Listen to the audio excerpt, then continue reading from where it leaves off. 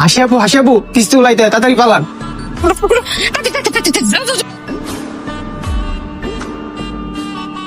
মানুষটি গেল কই? কারা কোনে গেল? আমার কিস্তির গ্রাহকটি কই? আরে আজব তো, আপনার গ্রাহক কোনে তা আমি কেমনে কব? কেমন নাজেল লাগে, মানে এক একজন হইতেছে বাটপারের উপরে বাটপার। ঠিক আছে, আজকে যাইতেছি কেন, কালকে কিন্তু আবার আমি গেছে আম্মা এটা কি বেরো গেছে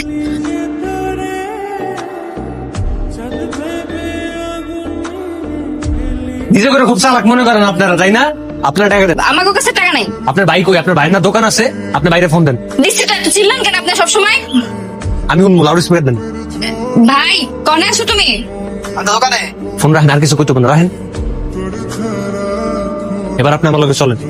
আমি কেন যাবো? আর আমি যদি এই জায়গাতে একলা যাই, আপনি ফোন দিয়ে আপনার বাইরে কয়ে দিবেন, আর ওই দোকান বন্ধ করে পলাই বেরিয়ে আমার জানা আছে। আপনি তো ঝামেলা আছেন।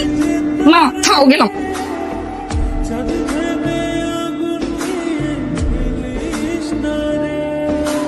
ওই ভাই আপনি যান।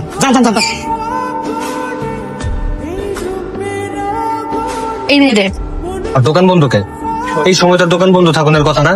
আমি আওনের আগে টের পাইছি যে আমি আইতাছি। টের পাইলো কেমনে যে আমি আইতাছি এই জায়গায়? কি জানি এত তাড়াতাড়ি যাইবো কোন জায়গায়? আশেপাশে কোন জায়গায় আছে? এই যে পাইছি, আমি তো আপনি নিয়ে বসতেছি।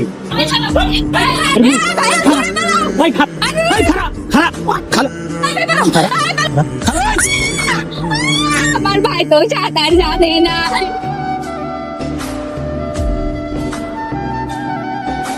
শুনে ওরে তোর কি শুনে তো কষ্ট করে তারপর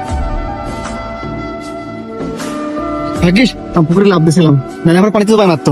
আমি কিনলে মারতেছেন উল্টা আমাকে কোম্পানি থেকে যে বেটা লোন লইছে, হ্যাঁ যদি মরে যায় হ্যাঁ কিস্তি মাপ হয়ে জায়গা পুরাটা, উল্টা কোম্পানির তারও টাকা পায়। মেয়েটা তো আগে কইবেন না আপনি। ঠিক আছে, আজকে আমি যাইতাছি গা। মা শোনো, আব্বা তুমিও মন দিয়ে শোনো।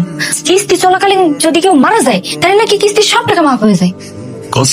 এখন যদি আমাকে বাড়িতে কেউ মারা যায় তাহলে আমাকে কিস্তি তো মাফ হয়ে যাবেই, উল্টো আমরা আরো টাকা পাবো। আমি তো বুঝলাম ওর বোকাটা। ও ভাই রে, তুই এখন তো কিস্তির টাকা কিস্তি মাফ হয়ে গেছে মানে বুঝলাম না। কিস্তি তো আপনার বাবার নামে, আপনার বাপ মরলে ভাই মূল্যে কিস্তির টাকা মাপ হইব না? কি কোন স্যার? দোকান কার নামে? আপনার বাপের নামে না? তার মানে এখন কিস্তি কি দিতেই হইব? অবশ্যই দিতে হইব। এ ভাই তুই ওঠ ভাই, তোর আর মরে লাভ নাই। আমার বাপ বললি ভালো তো ভাই, ওঠ ওঠ। কিস্তির টাকা মাফ করানোর লেগা এমন মরার অভিনয় করতে হয় মাইনছে। টাকাটা নিয়ে আইন। হ্যাঁ আচ্ছা টাকা দিতে হইব না, আমার কিস্তি টাকা।